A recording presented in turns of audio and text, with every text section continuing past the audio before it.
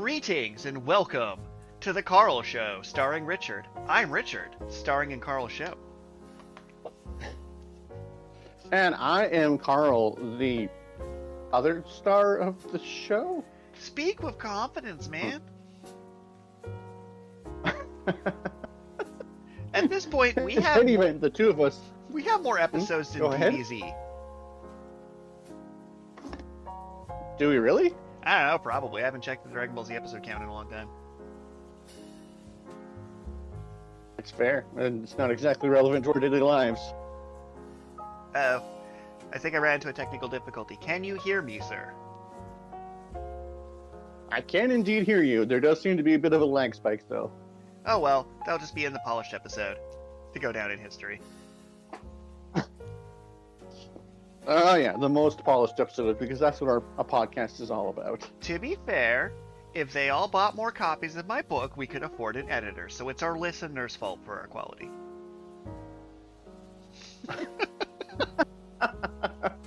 Oh, that's so rough. It's like, okay. This is the classic Simpsons meme of, no, I'm not wrong, it's the children who are wrong. But real talk, what is new with you? Platelets, I hope. Well, so I mean, on that front, I had mentioned to you off stream, but so my platelets were low pre-splenectomy, and then they took out my spleen, and they shot up through the roof. The upper panic limit is 1,000. Well, I guess that would be 1 million platelets per microliter of blood. These are numbers, yes. But they, for whatever reason, it's like RPM. They count platelets. You know, it's like you're at 1,000 when you're at 1 million. Anyway, more to the point. At the peak, I was at over like 1,200 platelets. But apparently that's a normal rebound for post-splenectomy. And this week they're down to a much more respectable, like 400 or 550-ish. And the target is around 300. So, you know, not above the upper panic line, but I'm still a little bit above the platelets normal range. I mean, that at least implies the surgery did something. That definitely did something. Because I have to imagine that having a rebound effect is better for your mental health than if it did literally nothing and you're like, oh, cool. yeah, that's fair. Not to mansplain how you should feel about your surgery. But I mean, I do feel a bit more confident that I'm not gonna die in a random knife fight or something. At least not from low platelets. I mean, to our longtime listeners, they have no increased confidence that you're not going to die in a random knife fight from the information you yourself have given them. But so, unrelated to the medical drama, because nothing really interesting has happened on that front. Yeah, it's tune such into a our shame for you podcast to be next week when we play Discourage. Huh? Well, I was going to say, it's like, oh no, Carl's not having medical drama. That is bad for our show. Better send him back into surgery. Oh, just saying, tune into our podcast next week when we play Jaggerheart, and you'll probably hear the results of my meeting with a neurologist. But that's for like now, a funny sequel hook to be like, will Carl die in medical complications? Watch our spin-off. Could you imagine you're like watching an episode of Young Sheldon and they're like, to find out who won the presidential election, tune into next week's Big Bang Theory to find out.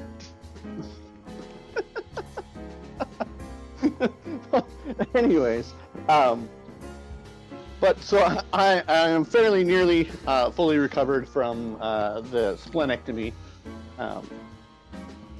And so I've returned to work. I've been working for, I guess this is like week 3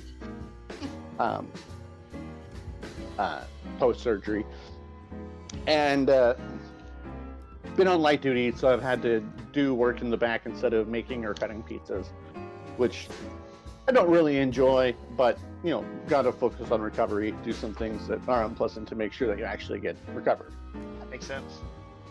Uh, Some people would take multiple days off. I took multiple days off. I took 2 weeks off. Okay.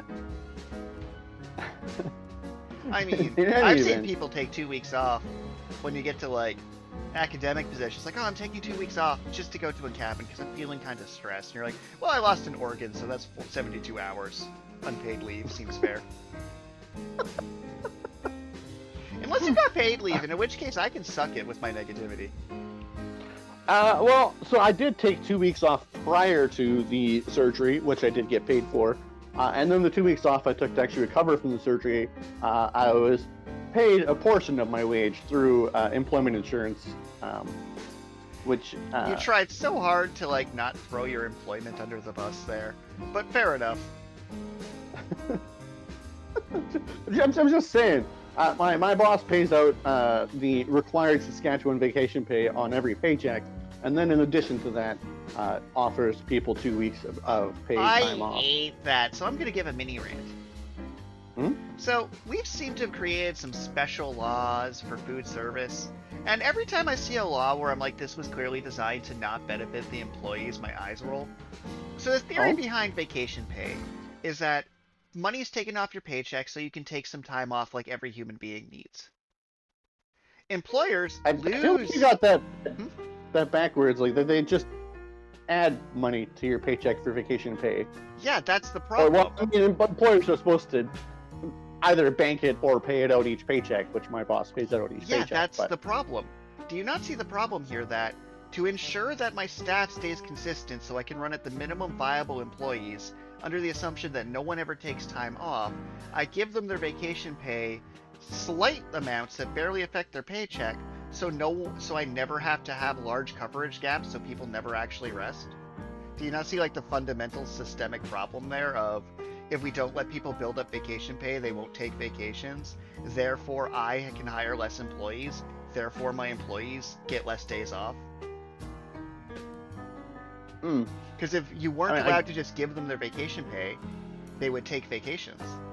But no entry-level job I've ever worked at has had enough staff to actually cover if every employee took a vacation every year.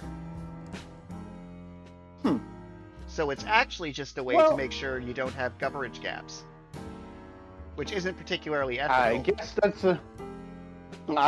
I guess that's why it's nice that, as I said, my boss gives us actual paid vacation in addition to the legally required Saskatchewan vacation pay. Like, I'm not shitting on your job here. I'm shitting on my previous jobs here.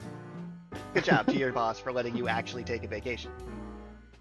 And additionally, I have a friend who works at an entry level. He's a line cook, and during COVID, not during COVID, but he made for a very long time. He accrued a lot of vacation pay. He has something like $6 or $7 grand accrued in vacation pay, and his place of employment would not allow him to withdraw his vacation pay if he wasn't actually going on a vacation. He had to prove he was going somewhere before they would let him take it. And he probably could have gone to like the labor board. No. He probably could have gone to like the labor board and actually had them forced to pay out his vacation pay. Yeah, you don't get to choose what counts as a vacation. If someone wants to just take their vacation pay and play Pokemon Go in their apartment, the lamest way to play Pokemon Go, that is their right. But now his workplace is worried that when he quits, he'll break their labor budget because he has too much vacation pay that they have to pay out. Like, good, though, right? Like, the idea is people should be able to take time to rest and recover. And I find those little, like, tacked-on vacation pay actively discourage people from resting. Because you just lose money if you take time off that way. Because there's no buffer zone. Yeah, that makes sense. So then, thus, your people don't take time off, they become miserable, and they beat their wives. Like, it's not great. I can say, I'm going to be brave for coming out and saying this, people should not beat their spouses. I do apologize for the enforced heteronormativity of my statement. Anyone can beat any partner, and it's bad. Gotta be inclusive with your beatings. Oh yeah, it goes both ways. If I'm going to argue that you should be able to choose whatever gender you want for Link in Legend of Zelda, be male, female, anywhere in between, I also have to acknowledge that same-sex couples can beat each other. Like, fairness, equality. Anyways, so I was at work, working in the back section, doing dishes or whatever. Relaxing on pool and shooting some b-ball by the school, we get it. A driver cashes out, and so I'm like, okay, the person who cashed out the driver probably isn't smart enough to drop money from the till to make sure we don't get robbed. Reasonable. I wouldn't say smart enough. I'd say aware to do so. I'm gonna be nice today. I'm the manager there. I've told people that they need to do more drops. Nobody really does drops from the till, and it's Have very you tried unfortunate. giving them a caramel cube whenever they successfully do it? You know, I haven't tried that sort of positive reinforcement. Maybe I should. Like, if I learned anything TAing, you treat them like pigeons. Or set up a little like gold star chart and give people stickers on the day after, like, oh, this person did a drop. You know, I literally have like a bunch of stickers in my backpack. Just, I am fully prepared to put stickers on these papers I have to grade tonight. That's funny. But so I go up front. I count some money, put it in the safe, and then I realize that there's actually someone who's just like sitting on the floor right by the front counter, where you wouldn't really be able to see them on camera. You can hardly see them when you're standing at the counter. So I lean over, I ask them if they're okay, if they need an ambulance or something, and I notice they have someone like laying in their lap. And they're like, oh yeah, he had a seizure. And I was like, oh, so you guys need an ambulance? And the guy working the line behind me is like, oh yeah, I called an ambulance like 15 minutes ago. They must be crazy busy. They haven't shown up. And it's like, oh, okay. Well, so I tell these people that the ambulance is on the way. And then like an hour passes. Oh no. I come up front to serve a customer, and they're like, hey, you know, you have a homeless person sleeping on the floor here at the counter. It's like, oh no, they had a seizure. We're waiting for an ambulance. It's like, okay. I don't think the person was very pleased either way. They were kind of laughing about the fact that a homeless person was sleeping there, but I think they felt bad when they found out that it was actually a medical emergency. But so they get their pizza and they leave. And then we like call 911 back.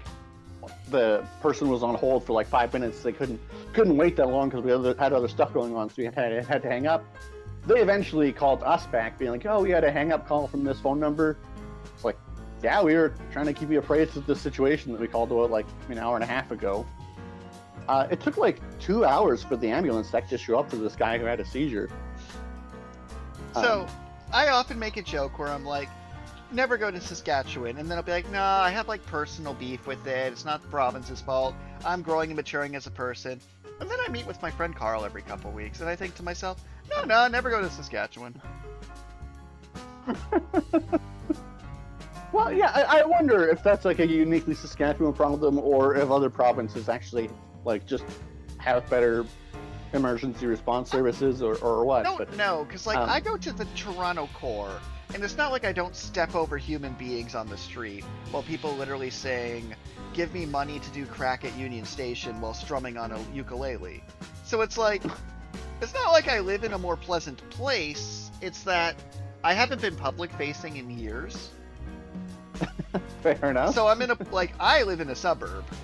I commute to a place where I'm like, this is some sketchy behavior.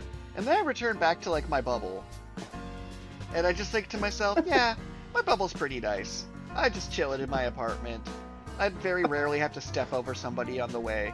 But there's like some key areas where I'm like, the place where I get off my bus and catch my train, that is probably as sketchy as TJ's Pizza. Or Union Station is probably, some areas are as sketchy as TJ's Pizza, maybe. But then other areas aren't. This is my workplace. Oops. Oopsie doodle.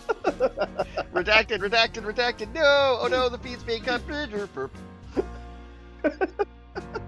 I assume you're fine if we continue this episode, or do we need to re-record? Oh yeah, no.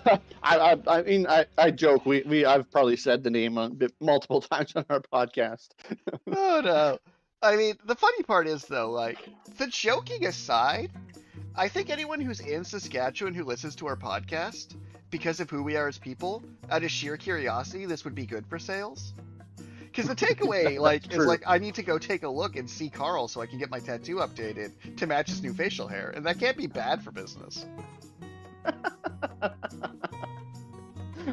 Oh no. So, but it's like, I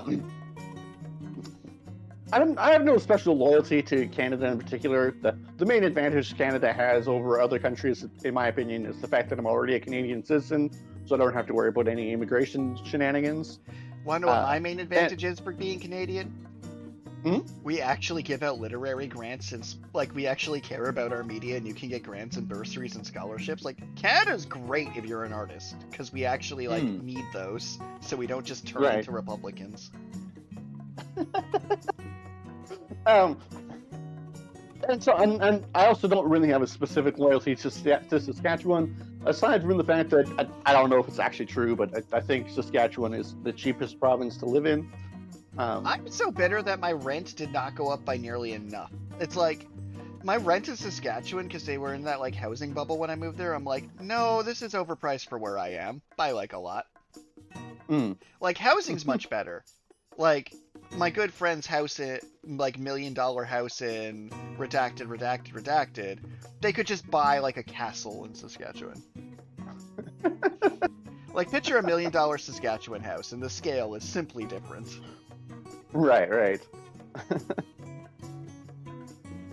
But no, I was joking with my fiance. I was like, yeah, maybe we should just like jump ship and move to France. Maybe. But apparently she likes Canada and she doesn't want to move to France. So no plans to move to Europe as of yet. But so for we'll me, see. I'm apathetic and lazy, right? I'm a human being who's desperately trying to seek out stability for the last 35 years or so. So, like, my main motivation to not move is, like, I'm trying to just structure to be in a situation where I don't have to move. But also, in academia, I'm probably in the best place I could be in Canada, realistically, for just, like, the number of universities within range of me. Right. I mean, like, the fact I think I can the take next best place would be, like, Vancouver. Well, think about it. From my current location at Redacted, I can take a train to go to 6 different universities about equal distance. Oh, wow. And several of them are in the top university, and there's the ones I go to.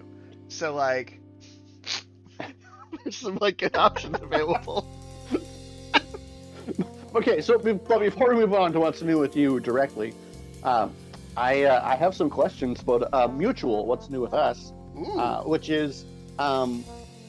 you had a meeting with Man in the Hat about the recording of someone analyzing our episode, one of our episodes, and on the initial listen through, I was completely fooled. I did not realize it was an AI creation. But my question is, through your meeting with Man in the Hat, firstly, this might be useful information for people who are creative and or create content for the internet. Did he give us any tips about what we should do if someone steals our content? And secondly, do we have any idea who prompted an AI to analyze our content? So, the first thing is, Man in the Hat himself assembled that pseudo podcast. Okay. So, the situation was interesting because he used a feature to take our podcast and create a shorter, more condensed version of it, where it was in the form of people analyzing our podcast on a meta level. Okay. But he didn't use that to illustrate the AI is bad point. Instead, he was using it to illustrate the bridge between the humanities and the tech sector, because we're in a situation right now with all these digital tools and the idea of like prompt engineers emerging, that a humanities basis is actually in the most hireable position it's ever been in. Because content can be created so easily, good quality content has actually spiked drastically. So let's take that 15-minute pseudo podcast about us example. Okay. If they didn't have the source material of me and you doing deep dives into gingerbread and medical problems and things, that content simply couldn't exist. So, if someone goes on the internet and creates a ghost copy of our content, A, we can send a cease and desist and have it pull it down. But B, we just simply reach out and say, you need to cite us. And then their traffic gets redirected to us because we're the authority on it. So if that video got posted and someone Googled it, it would actually lead them to us. Because we have an existing creative set. So what happens in theory is the more people who steal us with generative content, the more traffic it actually directs to us. Right. And the more power and authority we have. So we're in this weird area where, like, the tech bros are the ones most at risk of being eliminated by tech bros. Like, tech bros and middle management are doomed. Yeah, okay. Where creatives kind of need to exist, because they're the only ones who can make the tools make anything of value. Like, if you try and have Sora 2 make a video and you have no cinematography training, you just can only make bad cloned videos that then get cease and desisted and take down. Where, say for example, someone does like 5 years of screenwriting and gets their script writing MFA, the things they could make are just simply not on the same scale. Like, for example, if someone gives me an essay written by ChatGPT, I can edit it to being good in like 10 minutes, right? Right. Where they would never be able to figure out what was wrong with it. So it's like this cheat code has made, it's basically, if you've only played Mega Man X with save states, and then they release all games that have save states, they won't actually know how to play the game, and they'll just get stonewalled by the boss of the game because they didn't build up any skills to be able to do the thing. Right. So, I was flattered by the idea that someone stole our content. And I'm still flattered by the idea of people stealing our content. I was also flattered. Like I said, I was duped by the AI. Looking back, I would like to say that I could have figured out it was AI. There were a few telltale signs, like it didn't seem to fully understand that my hospital visit was for the splenectomy and not necessarily having anything to do with the palsy of the third nerve.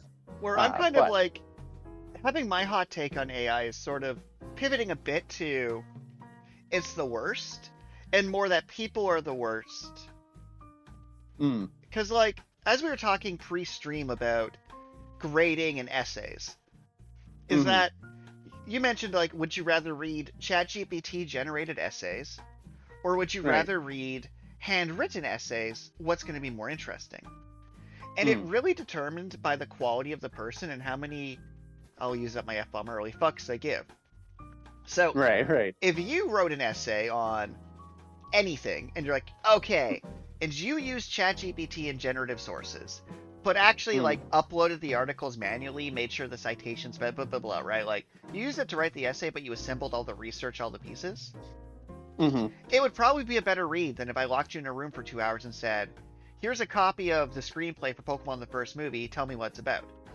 Because in theory, having the AI write the essay part, if you do the research, make the points, build the through lines right into the story beats, it will be a more interesting read because you've removed the barrier of logistics, right?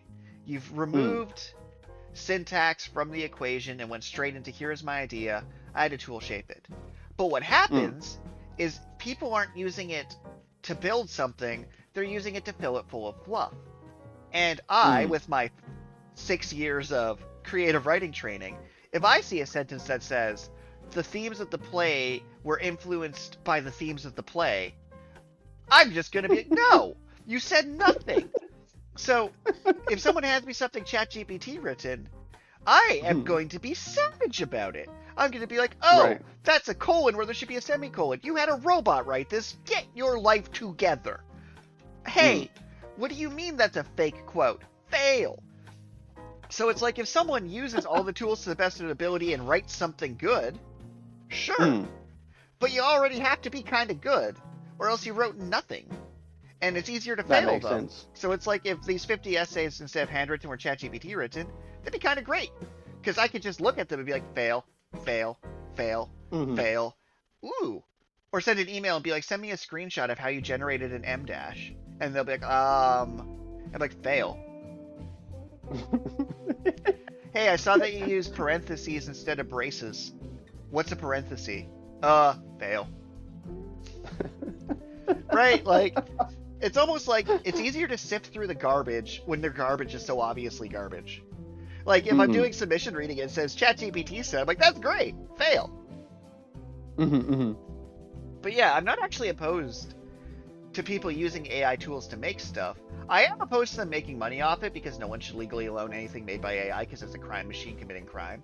Like, my crusade against copyright infringement not being forced by these AI tools is unrelated to my crusade against quote-unquote artists, end quote, using the tool. Because it's like, I'm not going to be mad if Carl uses Sora 2 to write Aizen versus Madara and Shihan animated. However, Sora 2 should not have the footage needed to generate this because that's a crime. And Carl should not be able to sell me this video because that's a crime. Like, you see the problem, right? Like, they're crime machines that committed crime, and crime shouldn't be legal because enough people crime at once. Like, why is it that if I steal a line from Harry Potter, that's a crime? It's like, why is it Nintendo can copyright strike me for a Zelda mod, but OpenAI can put the entirety of Majora's Mask into its coding base and then output Majora's Mask? Like, why is it not a crime in that case? Well, anyway, that's enough of AI ranting. Are you sure? I got another hour with you. Well, yeah, but we need to get through what's new with you so that we can get on to our actual topic, which I believe is Shonen Jump Roundup, since there's new content in Shonen Jump. Fair. So the what's new with me is typically how it's been a lot of times of grad school, fun classes, working on stuff. Like, not a lot of interesting things. So this week, I'm not going to say I hit burnout, but there's a couple days where I went home and, like, instead of working on this project, I'm going to slowly make bacon fried pierogies and take a nap. So, like, Tuesday I came home, cooked dinner, took a nap. Wednesday I came home, caught up on anime, went to bed. Because it's like, I need to, like, save what little bits of brain power I have left in the tank so I can work on these massive assignments. Because this weekend I need to write a 40-page paper. Which means I've kind of been, like, saving up my energy, because that's how sleep works, so I can spend it all this weekend. Makes sense. And then I have to, like, start getting my paperwork together to apply for doctorates. It's a whole thing. So, nothing so fun. You have to apply for your doctorates already, hey? These timelines are brutal. They'll be like, send out an application by end of December. And I'm like, but I haven't done anything yet. Anywho. So there's a good chance I send out applications this year, don't get in, then send it out next year when I have more stuff done. Makes sense. The games. And yeah, like, I'm just kind of being slammed by work. I have this stack of essays I'm clearly procrastinating grading. I'm using this as an excuse to procrastinate now. I woke up today, I'm like, well, I'll do the essays after my podcast, because clearly that's a good strategy. I should play through a Mega Man game instead of grading these papers, because I need to kill time for the podcast, right?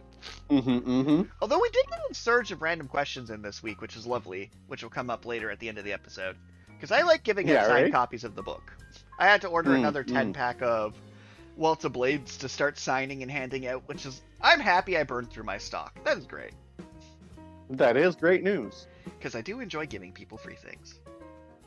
Well, and the entire point of this podcast has been to build your brand, so the fact that it's been successful is fantastic. Indeed.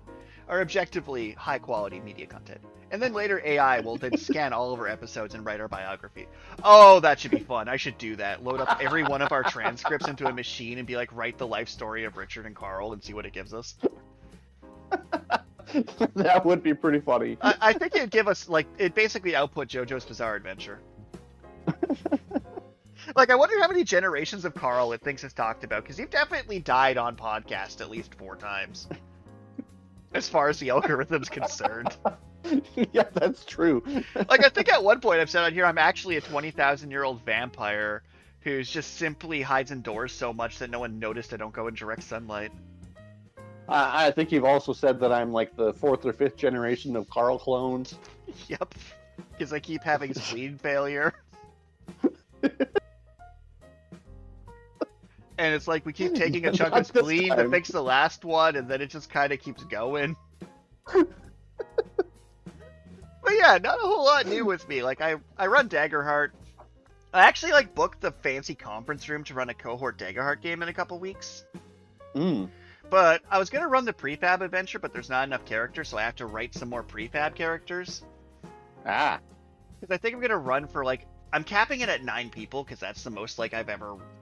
Well, I've ran pretty massive games, but you start having diminishing returns around that point. That makes sense. And then, like, I'm actually asking one of my classmates to, like, take notes about how it goes so I can use it for a research paper later if I want, which is the excuse I use to get the nice boardroom. Yeah. So, like, this weekend I have a Daggerheart session. Next weekend I have a Daggerheart session. 2 weeks into the boardroom I have a Daggerheart session. But I'm really just not that exciting right now. I was exciting last week and the week before, but I'm like, no, I got stuff to do. Student life is caught up. I mean, that's fair, because Shonen Jump, I don't know if I'd say it's exciting right now, but it's worth discussing. Slowly shifting. Alright. Yeah. So let's start with what I have to dunk on every week. Has the Martial King gotten good yet? Because I don't think so. I'm still very mad at it. It still doesn't know what it wants to be. The artist is amazing. The story is written by AI. And thus the main character is shifting to be an AI. I'll allow it. That seems accurate. It's so inconsistently written that it frustrates me. And I also... So a podcast I was watching was complaining about My Hero Academia. And what they're complaining about was, why is there fan service when you put all these kids in high school? Like, it's like, they'll come up with these asinine justifications, like, oh, she uses her body fat to make objects, that's why she wears this. Like, you could have just not wrote the power to work that way. So, in Martial King, I always think, why are they high school students? This makes no sense. There's literally no reason to do this at all whatsoever. So you're doing this like anime fan service bullshit, which happened a lot in this chapter. Because it's like, there's no narrative justification whatsoever for her to be wearing a skirt. It simply does not make sense. In the desert that used to be the Pacific Ocean. In the desert that used to be the Pacific Ocean, why would you be in a high school outfit? There's simply no reason it would work out that way. And it's like, why are these characters even minors in gun school? You choose how old they are. And then, like, the character designs just are so inconsistent that you say the art's good and I disagree. Because every character's either weird, angry, chibi, or 32-year-old that says they're 18. I'm like, what is happening here? So Martial King, despite doing fun things with color effects, just keeps making me mad. Well, I mean, sad rhymes with mad, and One Punch Man has made me sad, that's for sure. One Punch Man, I hate to say it, it comes out so inconsistently and slowly that they should have just ended it after the Garo fight. Because, like, I don't care, man.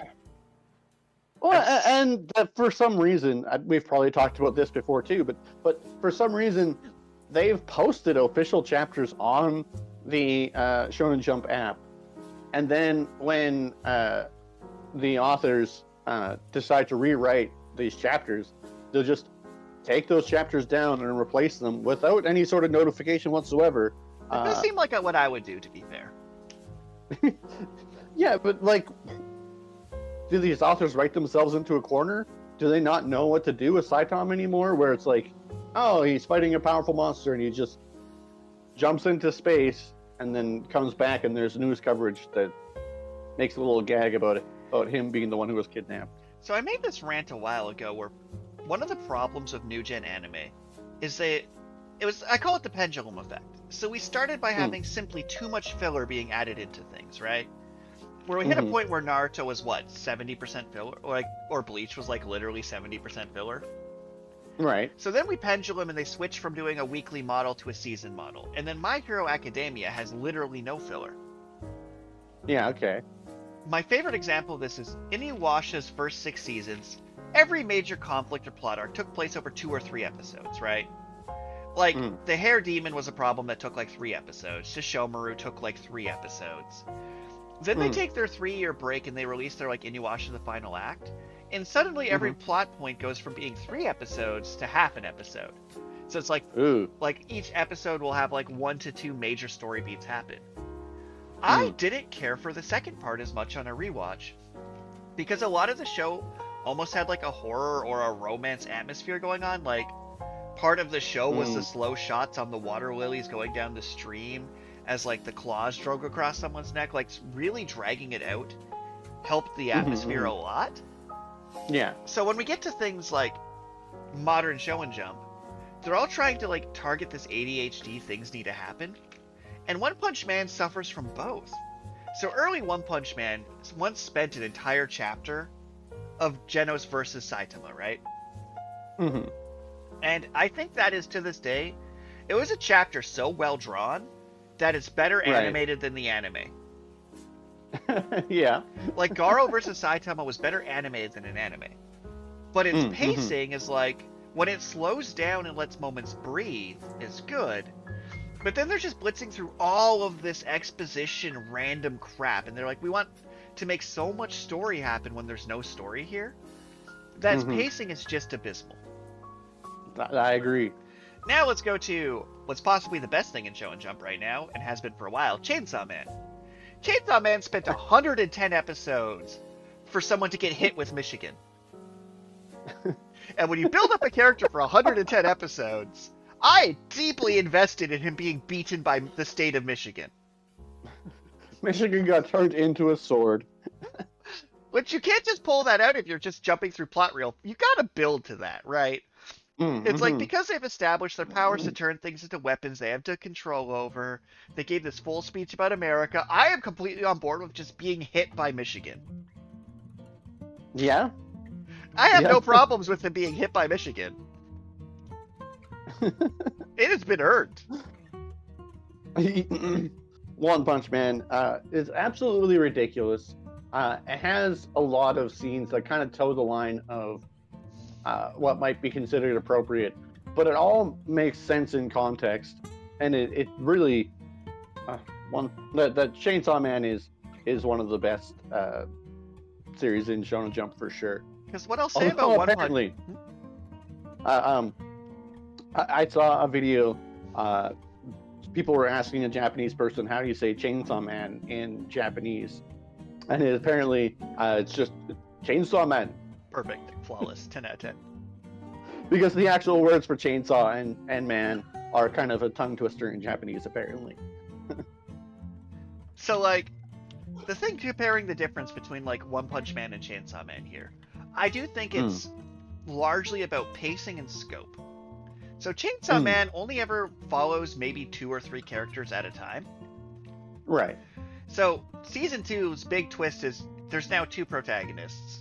Which, for the record, having 2 protagonists for 100 chapters to then make them be the final battle, beautiful. 10 out of 10. Yeah. Great strategy. Like, this is Naruto versus Sasuke without any of the Madara bullshit in the middle. Like, this is great. But One Punch Man has 2 main characters, and then they waste our time. So One Punch Man is as long as Chainsaw Man. They're about chapter by chapter the same length. We don't care about the Neo Hero Foundation, because our 2 characters we care about, it's not following. Because we only care about Saitama and maybe Genos. Remember Genos? Because One Punch Man doesn't. Genos was even given the opportunity to join the Neo Hero Association, and he's just like, oh yeah, no, I just won't. So it's like, not following these characters is just bad form. Like, they're tanking their own energy. So now to move into One Piece, you don't follow One Piece. There is no real reason to discuss it. But I will say briefly, One Piece is interesting, that the things happening outside the main story of One Piece are typically more interesting. And his long game payoff, if I've ever given an argument, if the thesis statement of this episode is that slow burning a show is worth it, especially if you're doing a weekly release format, One Piece is getting rewards. They're like, oh yeah, our main villains this arc, we showed you 1,000 chapters ago. Like, One Piece is at the point where it's like really doesn't have to add more characters to it, and as long as it fights that impulse and only adds like a few an arc, if any, it'll be solid. So One Piece is just living its best life right now. I'm gonna pivot though that's fair. to Kagurabachi, which is suffering a bit from Bleach problem at the moment. So Kagurabachi, coolest show in Shonen Jump series in Shonen Jump right now. Best, I don't know. Objectively coolest. I would say so. My thing with it though is, remember when you first got into Bleach, you couldn't remember what the hell anyone's name was? Right. I have that problem a bit where I'm like, I've seen these characters. I don't know anything about any of you at all, whatsoever. And like, hey, do you remember his blonde partner from the start? I'm like, that got me back into it because I'm like, okay. There's a lot of things happening, and I respect that they're at chapter 100. And out of like the big 6 sealed blade guys, only one's been pulled off the roster, and then 2 have become active characters. So I'm like, okay, you said we have the Akatsuki, and you've literally only used 2 of them. I respect the self-control. I really enjoyed the guy being like, I need to kill you because you went mad. He's like, no, I did it. They're like, oh, never mind. I guess I need to promote you then. Might be. And I'm like, so I'm deeply invested, but I cannot tell you anything about the characters in it. And I think for it to survive in modern Shonen Jump, it has to be running at this speed. But if I were in charge of the anime for it, I would probably make 25% of it filler just to get to know these people on their off days. Like, Bleach did a thing where at the end of their episodes, they would literally just do like little skits about the Soul Society captains living their lives. And I think that was really relevant for people's understanding of what these characters are like, because they like built them up off screen almost. So they'd have personalities. I definitely never actually watched the Bleach anime. I don't actually watch a whole lot of anime. But you do know a lot of these fun facts through me. but because of just the fact that it takes longer to, like, it takes a half hour to watch an episode of anime. For me, it takes maybe 5-10 minutes to read the chapter that just gets way more content across generally.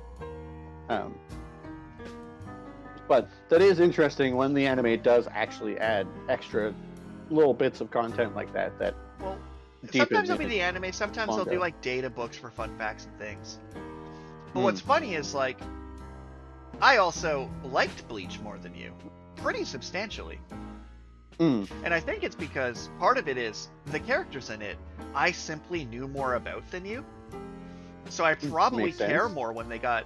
Although, I was saying the other day, Bleach would have been so much better if whenever a character got death baited, they actually just died, so the cast kept shrinking in size, so we could actually follow all the characters.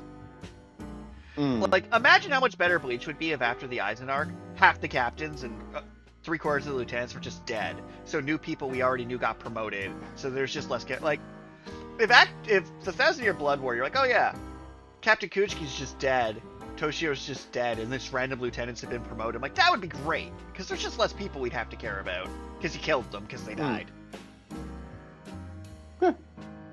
But, hot take aside, have you been reading the JJK sequel? I have. I don't know. I don't think it's probably not worth my time, but it comes out on the same day as everything else, so. Because I've given my speech, I'm like, why are all of you Borutoing when Boruto is objectively bad? Stop making it be like, oh, and then aliens fighting ghosts, and I'm like, that's called Dandadan, and Dandadan's good. I'm so bitter, because it's like, JJK's ending didn't feel like a series ending. It felt like a plot arc ending, right? Like, it felt like when Chainsaw Man's, like, public security arc ended. Like, if JJK just popped up, Sukuna arc ended. Fine. I think that the JJK sequel, they realized that they made a mistake in doing a time skip, and they're just like, actually, now we need to find Itadori to fight the aliens to make sure the aliens are scared of us.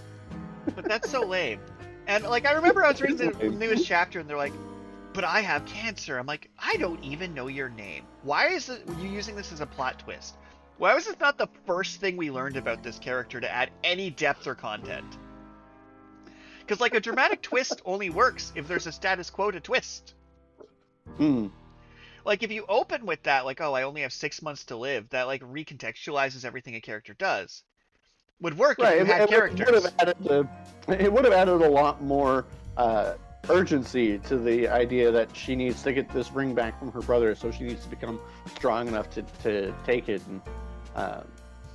And then if her brother doesn't know, it like recontextualize his, like not necessarily recontextualize, I guess, but the idea that he's not letting her have this ring because she's not strong enough, and he doesn't realize she only has 6 months to live. It's just like, it would have been so much more poetic and interesting in the dynamic between the siblings if we had opened with that instead of learning that several chapters in. Well, it's like when I was giving advice for annotating this book for this assignment, I'm like, plot twists aren't for writers, they're for readers. And it's like, read the last chapter first when you're analyzing lit, so you can like understand where they're going with it. But like, a lot of these weekly series that just try and like do dramatic plot twists too early with no foundation, I'm like, but we don't care. Right? Like, ironically, like if we learned that main dude's dad in Kagurabachi was evil, we wouldn't care. Not really. Because that's not a useful plot twist. Right. What is a useful plot twist is like that blind guy chose to stay blind because that way he could not have to look at his daughter in the face because he knew he'd be too emotionally weak to continue if he saw her smile. That's good, right? That's a good plot twist. The plot twist of, why haven't you healed your own eyes, then asshole? That was great. Like, I loved that. I'm like, oh yeah, wait a minute. He has healing powers. He's the coolest cleric in D&D history. Why hasn't he healed his eyes? Like, because if I saw that I was giving up my daughter, I wouldn't be able to go through with it. I'm like, that's depth, right? Like, that did something to me, because that actually, like, oh, I see. That's interesting that you chose to do that. Like, to, like, leave your eyes not working because you don't want to grow too attached to someone, that's beautiful. And Kagurabachi's not trying to be, like, Kagurabachi's a John Wick movie, and I'm like, I wasn't expecting that level of depth from my John Wick movie. This is great. Yeah, I agree. Now, Spy Family suffers from pacing. Actually, I think Spy Family just suffers from a release schedule. If it was weekly, not monthly, I think it'd be fine. Yeah, probably. But, so... Ping Pong Peril. Perfect, really 10 out of 10, flawless manga. Read Ping Pong Peril. It was a very interesting series, but somehow it managed to get in fewer chapters than Nice Person, and Nice Person was apparently capped and it ended after only 19 chapters, which is again the curse of modern Shonen Jump. And some series deserve it, like Nice Person. But Ping Pong Peril, I don't know how much longer they could have actually kept it up, especially when they jumped the shark to go to space and say it was actually a galactic. So, I talked about this with you off stream, actually, where Ping Pong Peril understood the spirit of what made Yu-Gi-Oh! Good that it lost. Because Yu-Gi-Oh! Was never about card strategies that made it good. It was about shenanigans, right? Like, it wasn't... No one remembers that time that Yugi fused the summon skull, the mammoth to the dragon to... That's not the part that people remember. People remember the flamethrowers and the smelling card perfumes and the shenanigans. So, right. The idea of doing a weekly series of high-stakes ping pong with ridiculous shenanigans. Flawless strategy? I do think from, like, reading it and rereading it, it was supposed to last as long as it did, and it lasted the right amount of time. Because I feel like the let's do the last one in space is something they decide to do when they're told you have 3 chapters left. They're like, all right, we're going to space. Right. But also, like, we're good. We nailed it. You can just be done. Because it is true that it would require a lot of creativity, and he would have had to slow the power curve of the series to make... Because you have to, like, make each ping pong match increasingly ridiculous. Right. And what match 4 was... someone shooting themselves up with steroids to try and hit on his sister, and then playing ping pong in the middle of a traffic jam, bouncing off the heads in Shibuya Square. I'm like, the ramp is real, but like, you wouldn't need to like slow your roll a bit to keep it going. So I think it nailed it and I think it was flawless and couldn't have went much further.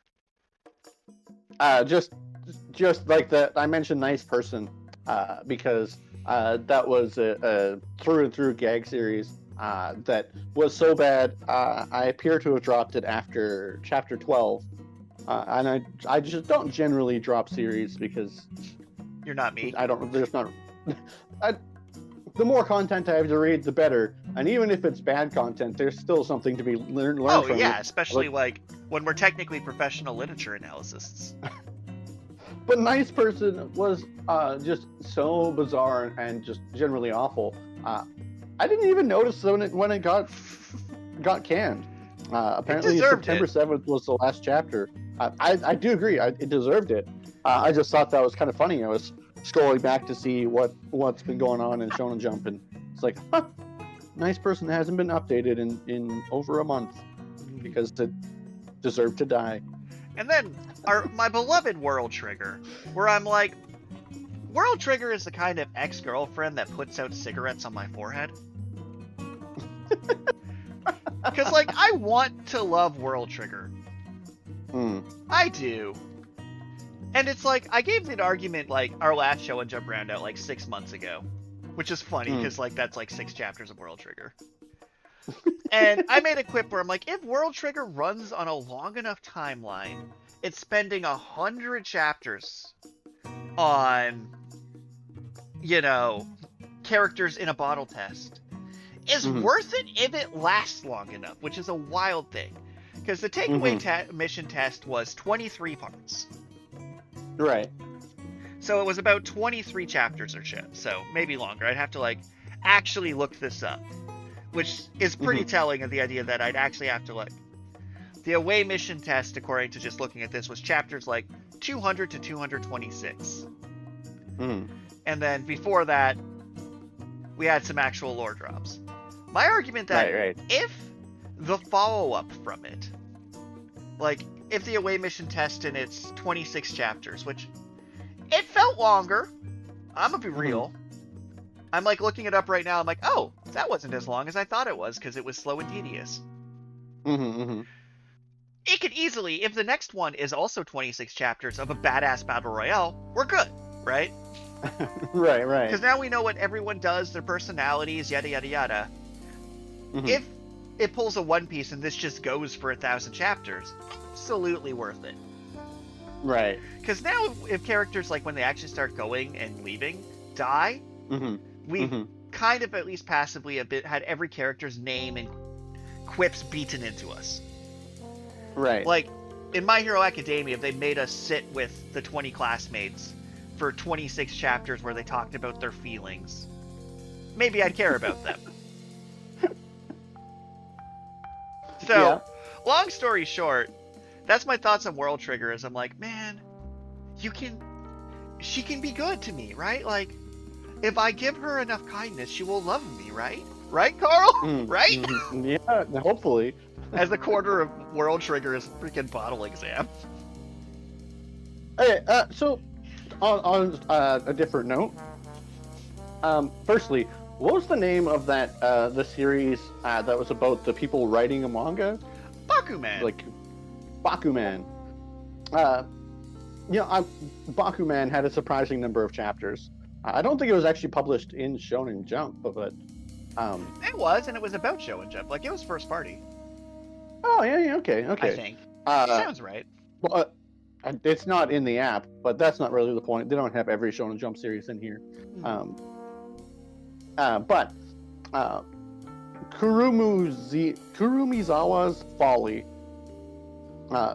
has 8 chapters, and I it's about a struggling manga artist who discovers basically a copycat who's illiterate, and so he tricks the copycat into writing his new series for him.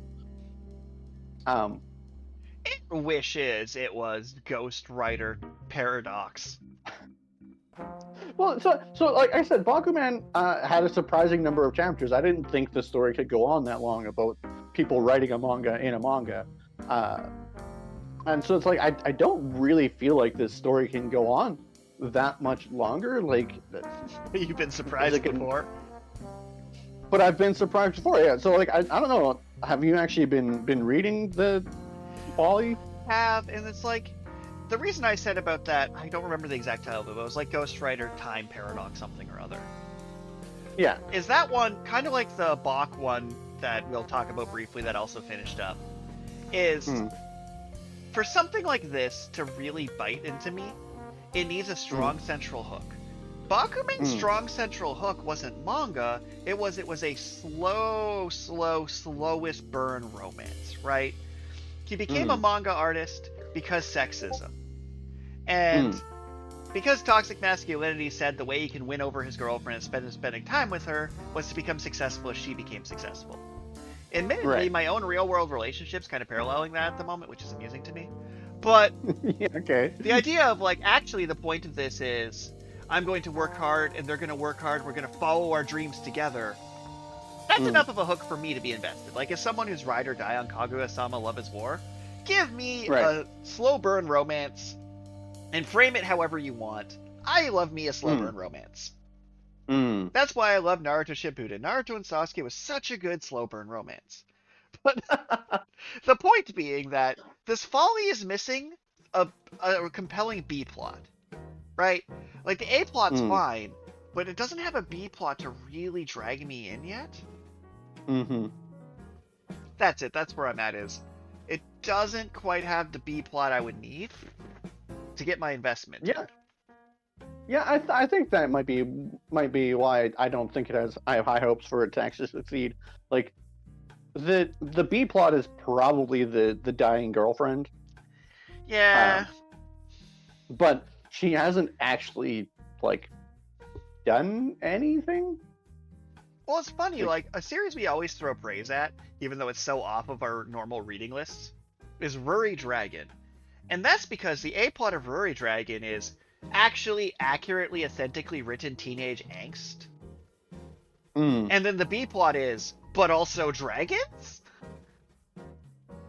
And, like, we're compelled every week because we're like, oh, let's tune into the coming-of-age story of... Like, it's one of those rare anime, well, mangas, sorry, where the characters' ages are how they're actually acting. So like, oh, look at these high school students acting like high school students and being like, I want to befriend the dragon person, but also they scare me because they're a dragon. Or the other would be like, I hate the dragon person because they get all the attention.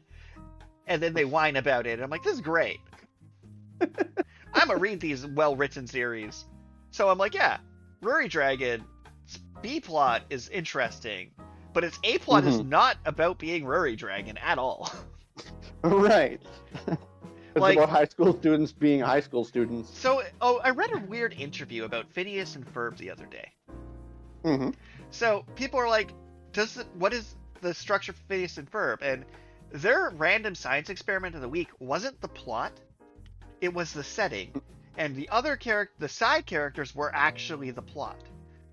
Right. So it's like, no, the main characters' shenanigans aren't actually the plot of the story. They just create a setting piece for other characters to have arcs.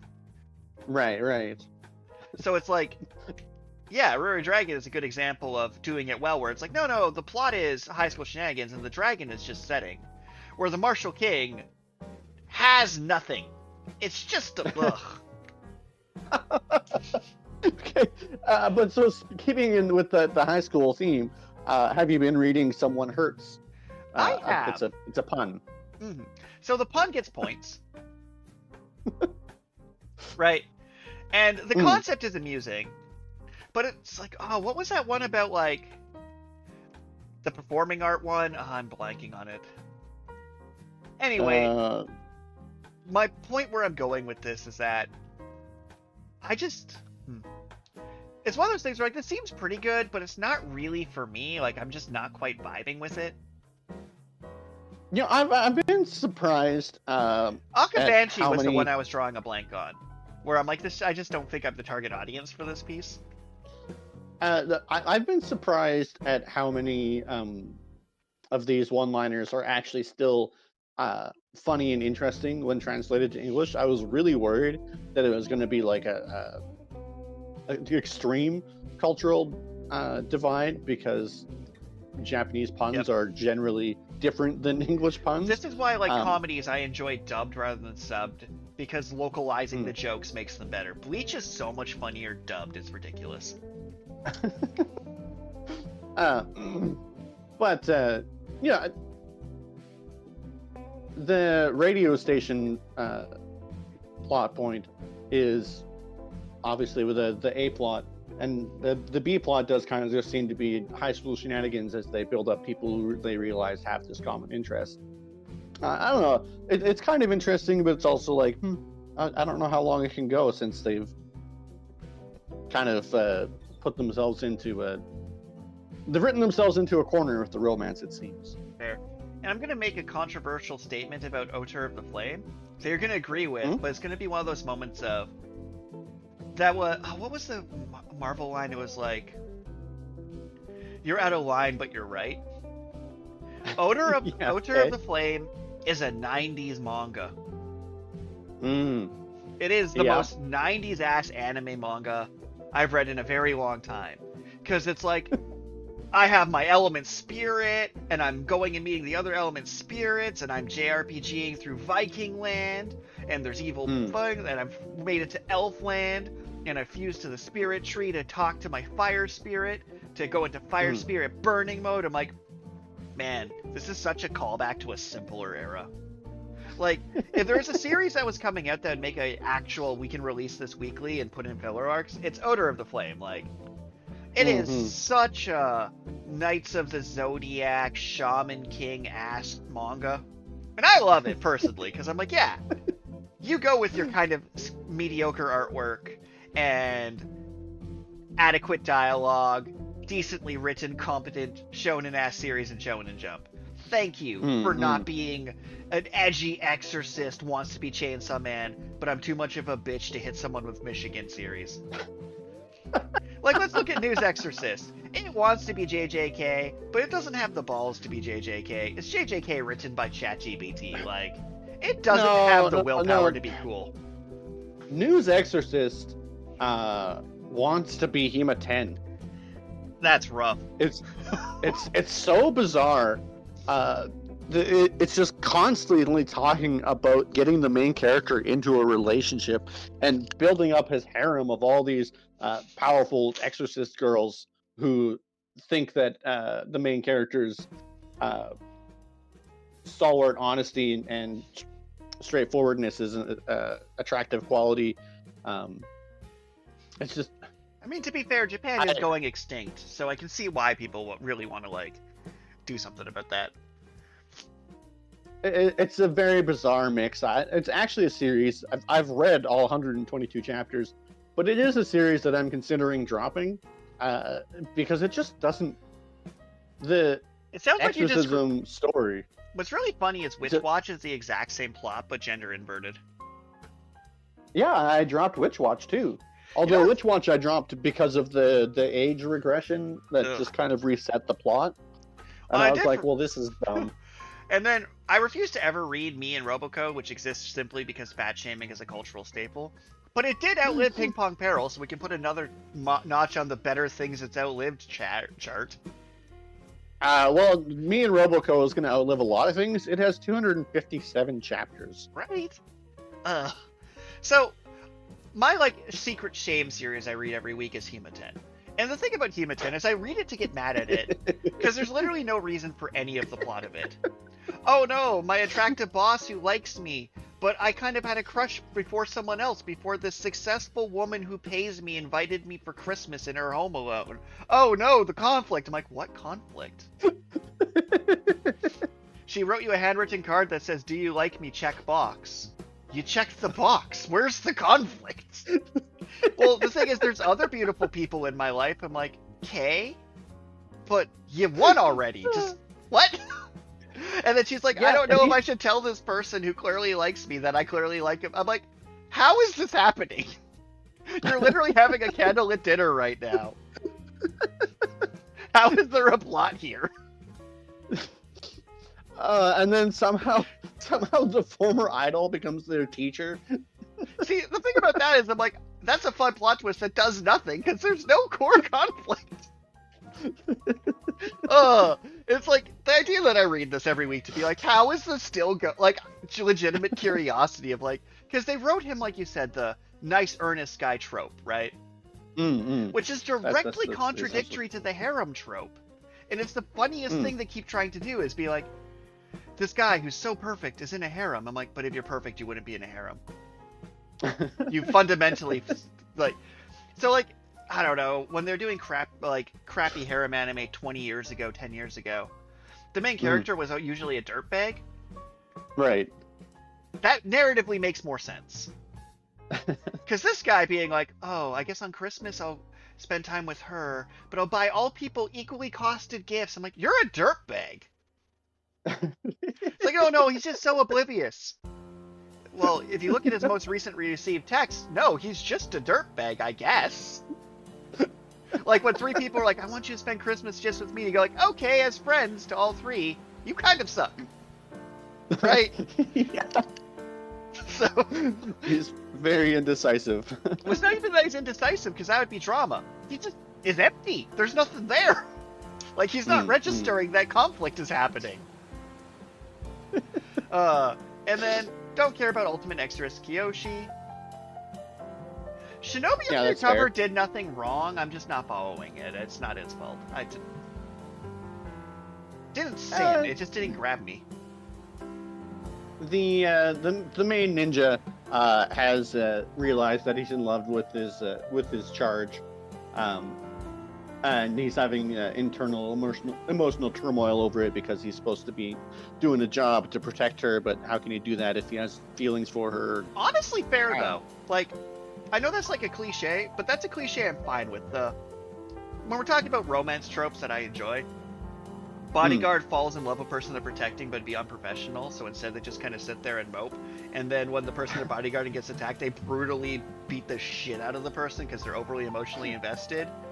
Like, that's actually one of, like, I know it's a toxic writing trope and you should not do this in real life, but I do enjoy that in my fiction. Like, it's makes narrative sense to be like, oh, I spend all this time with this person, I care about them because it's my job. Oh no, I accidentally care about them for real. I need to do something about this because this is dangerous for everybody. It's good. I can get behind that. Maybe I'd like it better if they just weren't high school students, which is a weird thing to complain about for Shonen Jump. Well, yeah, I mean, I've been medically diagnosed as young, but I'm probably not the target demographic for Shonen Jump. Yeah, but we also have the hindsight of having followed it for a decade means we can be quippy about it. That is true. We have followed it for a long time. So, like, Sakamoto Days is suffering from last arc Mashal problem of from like, okay, can we like do? I hate protagonist in coma so we can follow side characters as an arc fundamentally. I'd be like, no though, and unless your side characters are well written, the waiting for Goku trope is terrible. And yes, it is the waiting for Goku trope. Goku or Mashal or Ichiko or Naruto, or anytime you have a character in a MacGuffin healing situation, even if it's a bed, so we have to follow the side characters till he wakes up. Bad. Right. Bad writing every time. I'm including Dragon Ball in the bad writing list. Goku getting immediately re-hospitalized was bad writing. Just have him take longer to get there. Ooh. Lame. Bad. Yep. You know what's sick though? Goron egg. You like the series? I don't know yet, but it's interesting, and it gets so many points for being interesting. So it's like, graphically, it's like, hey, I'm going to pull a Tokyo Ghoul and just be violent. And I'm like, oh, that's brave. And I'm like, oh yeah, the monsters here suck. They're just terrible. And I'm going to be decapitated. And this one monster's befriending me, not because he's a good person, but because he has plans to screw over the other monsters who are awful. And I'm like, oh. Right. So you know how I mentioned that, like, some of these series, especially some of these Exorcist ones, want to be edgy, but they're too cowardly to actually be edgy because they'll get canceled. So then they're just pretending to have edgy tropes. This one's at least giving me the decency of being edgy, right? Like, kid goes off, has a bubble bath, talks about it, and then a giant scorpion tries to murder him, and then people call him a blood-soaked naked pervert. I'm like, okay, you're trying to be interesting. So actually, I think my problem with the Gone Run Egg is that they recently had I gotta look back for it. Kae Dagami, which is a series that recently ended, and it was a kind of similar series where this like spirit of war accidentally befriends and becomes friends with a kid, and then they form a contract, and he goes around trying to recollect her body parts and violently murdering all the other spirits. And the series just ended, just because I ran out of steam, I guess. And it's just weird to me that they essentially introduced another series that's the exact same concept, except that the monster is a egg instead of a sexy lady. Well, first off, you get bonus points for that in my book immediately. But I mean, that's true. It's a solid change. But there is one big systemic change between the two. Okay. The people don't like his monster. Hmm. I think that's relevant that the people... So invisible monsters are lame. Actual monsters are interesting, because this is an actual post-apocalyptic world, and people are like, oh, you have a monster companion. Screw you. So a lot of times, the protagonist will be like, oh, people should hate him, and then it doesn't actually make sense. It just turns into the bully, the superpower kid syndrome. Right. Where he's walking around with, like, an actual Satan in his pocket while, like, giant, veiny, mushroom person is eating people, and they're like, yeah, kick him out, he sucks. I'm like, yeah, that makes sense. You should be mean to this kid. He's carrying an actual monster with him that eats people. I mean, I've been reading it, and I'll continue to give it the benefit of the doubt, because I do give series the benefit of the doubt for quite a bit longer than I should sometimes. I'm just saying it seems less cowardly than things I've read recently. It feels like, I'm not going to say it's original, but I'm going to say like they tried to make the monster scary, and they tried to build a setting. You know how much I'm like, Ikasai's I can't be bothered to invent a setting are kind of lame. Well, and the Kagurabachi or whatever was just the most generic feudal Japan fantasy setting. Like, there was nothing interesting about the setting itself. Where this one at least is post-Evangelion. Mm-hmm. So it's like, yeah, these monster designs, there's some effort that went into these. Right. And I appreciate that he's just got his head chopped off episode 1. There's some serious Chainsaw Man vibes there. Well, like, when he pulled out his Bonkai, I'm like, okay, this is actually kind of sick. So, like, it didn't blow me away, but I'm like, okay, this is at least different enough weekly for me to read it and not roll my eyes. Then Mage Next Door is doomed, but at least it amused me, kind of. You think it's doomed? Oh, it's so doomed. What makes you say that? So, how can I put this? Mm-hmm. There's no plot. So, if I pull up my, like, Blake Snyder story beat, save the cat, mark up a plot, right? Mm-hmm. His plot is, and it's kind of like why you ended up dropping Psychic Detective Chozoro. There's no plot. He's, I have weird gimmick magic, and I'm gonna go fight other wizards and open up a location. It's like, okay, you got a bit, you have your bit established of what you're doing. But like, much like early One Punch Man, this doesn't like have an arc. And season 1 of One Punch Man worked pretty good as an anime, because they gave Saitama that arc about, hey, I'm just gonna save people even if people don't care, and it was stupid of me to care. And then he just starts getting increasingly diminishing returns, because there's no actual arc there. So I'm watching this guy be like, I have water gun magic, I have key magic, I have whatever MacGuffin magic I need. I'm like, yeah, this guy can't lose a fight, because he's not fighting, he's just winning. But like, there's no like central mystery or hook really to keep it going. So it's gonna run as a gang. It'll either run forever as a gang series or dry up and burn up. Like Chozoro, Psychic Detective Chozoro needed an antagonist so bad. If that series had like an actual antagonist, it would have been amazing. Mage Next Door does not have an antagonist. I don't know. It's only on chapter 2, so it does still have time to introduce them. And there is the whole mystery of like this mages aren't human, but this character It's who just a came back reverse to Earth. Ikusai. Nah, Yeah, you that's kinda not a get the central reverse Ikusai. mystery if you just came from MacGuffin land to do your MacGuffin. Yeah, well, I mean, there's something there about him being a human that got sent to Mage Land and then came back, but Not really. Uh, I call bullshit it on just- that. there's still time for them to introduce other characters to carry the plot forward. But you are right that he himself does not have enough content to actually make a long-running series, unless it's just a forever He has the running gag personality series. of a wet napkin. So, I'm going to use the Reiner Lute example. So, Reiner Lute as a character of, oh, I'm a lazy mage, that's boring, was only interesting because he was pretending to be a lazy mage, because when, quote, while I'm asleep, I'm not horrifyingly murdering anybody, no one dies while I'm sleeping, and the world will be better off if I'm asleep. I'm like, oh, he's not lazy, he's severely traumatized for all that murder he's done. Mm. So I'm like, that's compelling. This guy's like, oh, I'm Reiner Lute with no edgy backstory. I'm just a lazy slacker. I'm like, no. You need, like... And then another series that started that I'm shocked started so close to it was Hero Girl and Demon Lord Call It Quits.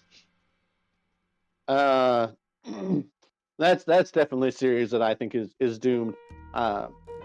Because the Demon Lord chapter 1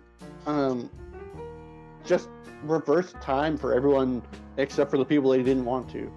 So, yeah, I believe it's funny that the problem is power scaling, not concept. Mm. So the idea that they're like having their fight to death, they're like, you know what, screw it. I'm just going to be your roommate. Let's do a rom-com. I'm like, okay, but you're too busted.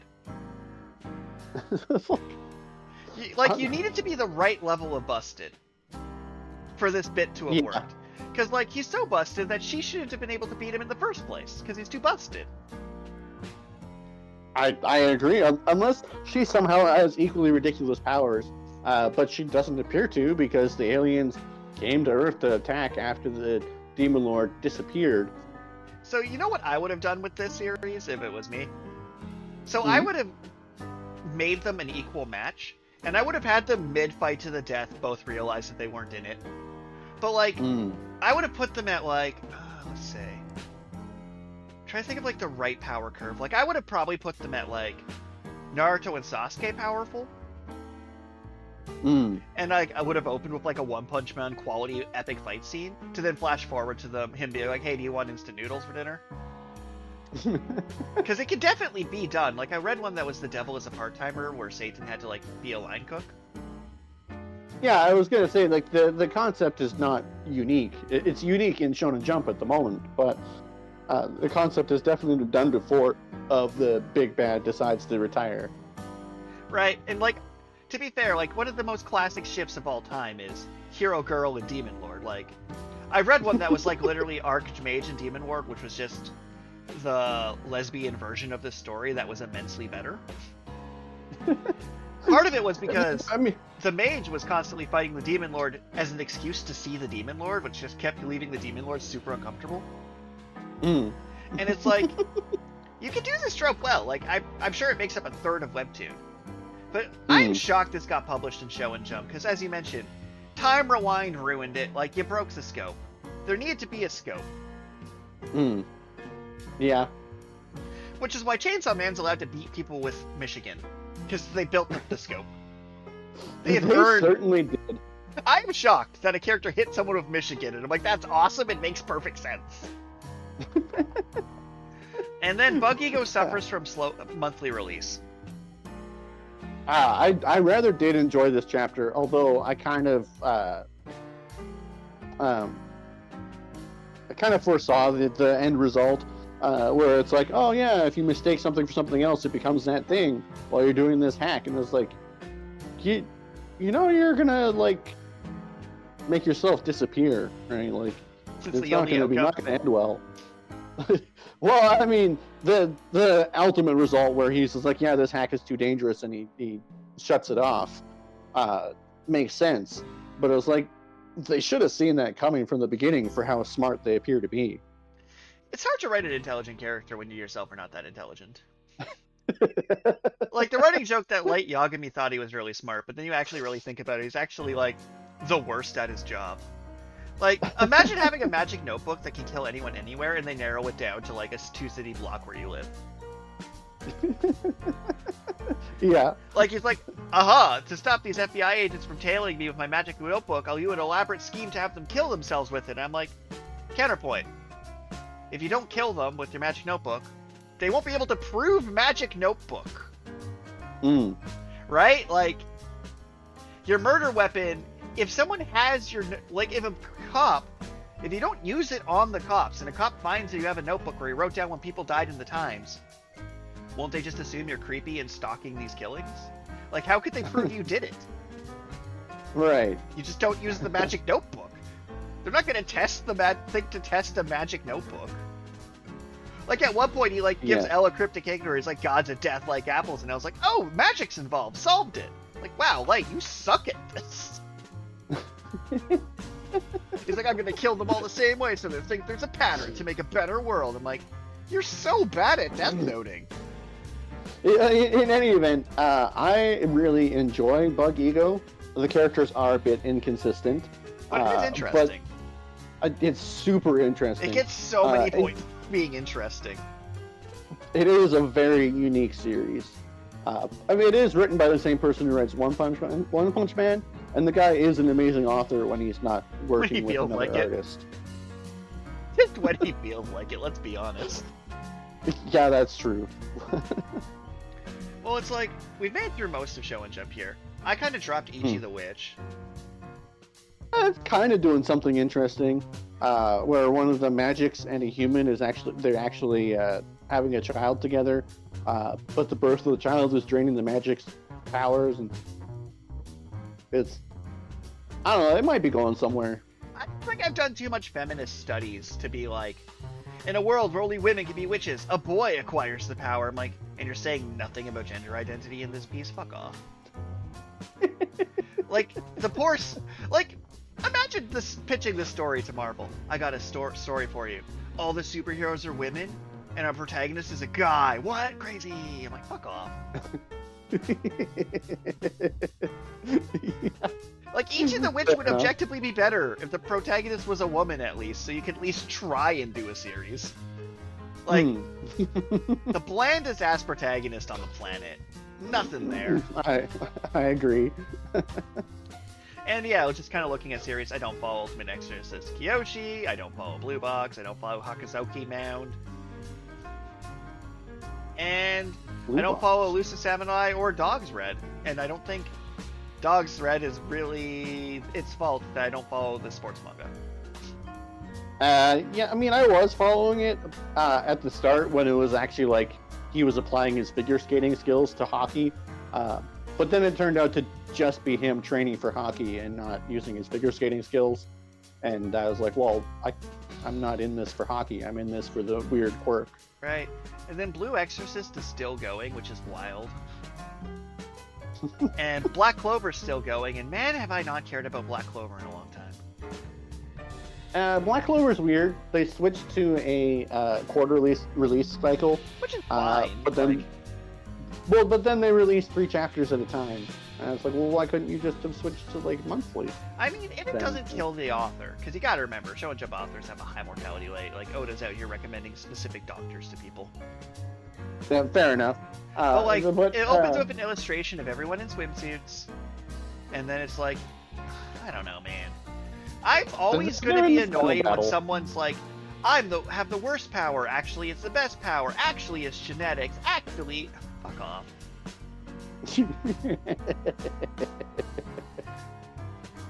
Yeah. Like Black Clover, just kind of, it scoped itself out of being followable to me. But I think that you're right that we've hit up most of Shonen Jump, and we could probably move on to the plethora of random questions you said that came in this week. Yeah, so the first random question I got, if you wanted any folklore being to be real, which one would it be? Or the other way around, which would be the worst folklore being to come to life? Oh. So first off, I'm sorry to our viewers, I'm going to hurt some people here, and I apologize. Spoiler warning. If just skip this next session if you're a big fan of Christmas. All right, everyone's had time to turn it off. I want Santa real. Oh. Yeah, for a second I thought you were going to say you wanted Krampus to be real. No, I want Santa to be real, but I feel bad if someone just learned Santa's not real from our podcast somehow. Like, yeah, Santa would be great. Like, yeah, duh. Santa should be real. Folklore characters. I really hope you say Jesus. That was my B option, which is just so funny. Well, so I mean, I'm not actually that big on folklore characters. Like, I'm trying to think of like the Brothers Grimm type characters, but that's like I'm drawing a blank on good characters. The worst character to be real, I say, Krampus would be pretty terrible. Krampus would be pretty terrible. Oh, there's some bad ones, like the werewolf that just eats her grandmother and becomes her is pretty bad. To just be real. Like, okay. God from the Bible is pretty bad to be real. One that has you chop babies in half. Yeah. Go and sacrifice your son to prove your loyalty to me. Such love, such compassion. Loki would be pretty bad to be real. That could be a problem. I think actually, if we're allowed to use ancient myths, yes. I do like the idea of I don't know how Icarus does it with the wings made of wax. So I would really like it if Icarus was real, so I could learn how to make these wax wings, and then hopefully not fly too close to the sun myself. But I enjoy that being like a YouTube tutorial he gives. You know what I think we actually need, though? I think we need, like, the actual mythological unicorn that goes around and purifies water. I think we need one of those pretty bad right now, just logistically. Yeah, quite possibly. And our second random question, which Pokemon is most likely to win a presidential election? Amusingly, my brother off stream has some thoughts about this question. But I'm going to let you take the first crack at it. Well, I mean, the obvious answer is Mewtwo. So that's what I thought at first, but then my brother brought up some really interesting points. So in New Zealand, it would be Kangaskhan. As the most recent election, the nominee traveled everywhere with their child. Oh. So, like, yeah, that's a good one. But here is his theory about it, is that in America, it would be Charizard. So Charizard is a dick, canonically, right? Just shoots his trainer in the face with fire. And competitively, is garbage. Right? Like, 4 times weakness to rock, has been an underused or never used the entire time. Yet somehow, is the most popular and valuable Pokemon. So America would absolutely elect, objectively, statistically, the worst starter, who hates them, to run their country. Yeah, okay. And then, that is my brother's take, but does that change your take at all? It's like Mewtwo has psychic powers, but like, it is still a popular vote, and you can only brainwash so many people at once. I think it's gotta be, like, I was thinking Pokemon that can actually communicate with people. Mewtwo is top of the list. The other obvious answer would be Team Rocket's Meowth. I was going to say Hypno because he's also in the Epstein list. Same with Drifloon. But if it's not if it's just limited to like metaphors, then you have to put a lot more thought into it, like you said with Charizard and. Or if you think about it, like people just writing into ballots, because you got to remember, people don't actually listen to their politicians; they just write who they want to win on the ballot. Well, in that case, it would be Pikachu. Like, I don't think it would. I don't think Pikachu tops Pokemon popularity contests. No? I think so. They did a massive Pokemon popularity contest. I'm gonna find it.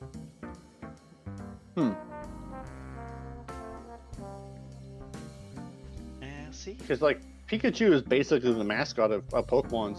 So if you're going by that kind of logic, like Charizard logic, there are probably more people who would recognize Pikachu than Charizard. All right, here is the results of a recent survey. So Mimikyu was in first place, Ghost Pikachu, gotcha. followed by Sylveon and Gengar. Yeah, okay. So it's interesting. Was Pikachu even in the top 10? No. Huh. I still think he's more recognizable than the Pokemon you just mentioned. Yeah, As nerds, I recognize them, and Sylveon is sick. But Sylveon would be so good for trans and bisexual rights if elected as president. Like, I like Sylveon's policies. Like, let's go with Pokemon Mystery Dungeon logic that all the Pokemon can speak. And their personality's kind of influenced by what Pokemon they are. Let's pivot the question. Who would you vote for to be your Pokemon Prime Minister? Based on, like, just their, like, vibes and how you think they'd be personality-wise. There's under the assumption that they can all talk.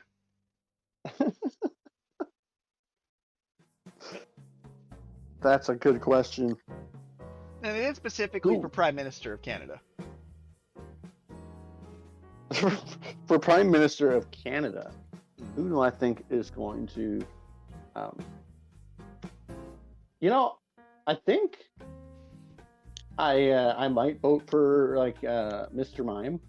You know, that actually came up from, like, earlier today as well, that someone's pro Mr. Mime, but I want to know why. Well, like, Canada is well known, like you say, for our artistic merits and protecting our artists. I really do think that Mr. Mime would fall in line with that. And I think that he would represent marginalized groups. And then also he is psychic, so that's gonna help him in general with being a politician. So I think I'm voting for Togekiss. I do like Togekiss. It literally spreads peace and goodwill wherever it flies, literally avoids conflict, and is loved unanimously by the public. It might end up turning us into a socialist communist hellscape, but I'm willing to give that a risk. Well, okay, so if communism had some sort of proper governance that, like, basically mind control people to be happy and loving, then it wouldn't really be a hellscape. To be fair, if we were to go on the whole idea between authoritarianism and various, like, philosophies, altruism, utilitarianism, like, there is a full 2-hour podcast on... It's like most of the things that people associate that are bad with communism are actually being associated with dictatorship via communism, but that's a full other discussion. But for now, thank you for submitting your questions into Deep Space and Dragons. Your names have been entered into my monthly draw for a signed copy of The Waltz of Blades. Send in your questions. Don't worry. You're not being doxxed like my workplace. Why would you bring that up? Besides, they don't think your pizza place is real. They're like, oh, that's a fake name. That's a fake name. They would have given it... It's probably actually called, like, Family Pizza or something. One of our slogans is peace, love, and death to Family Pizza. So it's much funnier if you worked for Family Pizza this whole time and this was just a psyop. That would be funny. I would respect the commitment greatly. Also, rest in peace, Kaiju number 8. Yeah, hopefully it gets a sequel or a spin-off series that's interesting too. It'd be so easy to do. And that one's allowed to have aliens invade. I'd be fine with that. Because if they said the Kaijus came from space originally, I'd be like, yeah, it makes sense. With that, self-care, rest, hydrate, stuff like that. And buy my book, I guess, if you want to. Or submit random questions to get it for free. Ooh. That is the value way to do it. Like, those books are, like, potentially a $20 value. Like, if you were to, like, sell 5 of them on the black market, you could get the down payment on a Switch game to get the virtual unlock key. Bye. Bye. Shonen Jump Roundup's always an easy episode to make. Yeah, that's true. It's so funny that I'm like, yeah, Ruri Dragon probably wins. I think if Outer of the Flame had, like, the artist from One Punch Man drawing it, it'd probably be in first. But, like, it's okay. It's okay art. Yeah, I agree. It's just okay. Yeah. Clearly, we need to enter that contest and get them to make something good. With monsters and menageries, perhaps.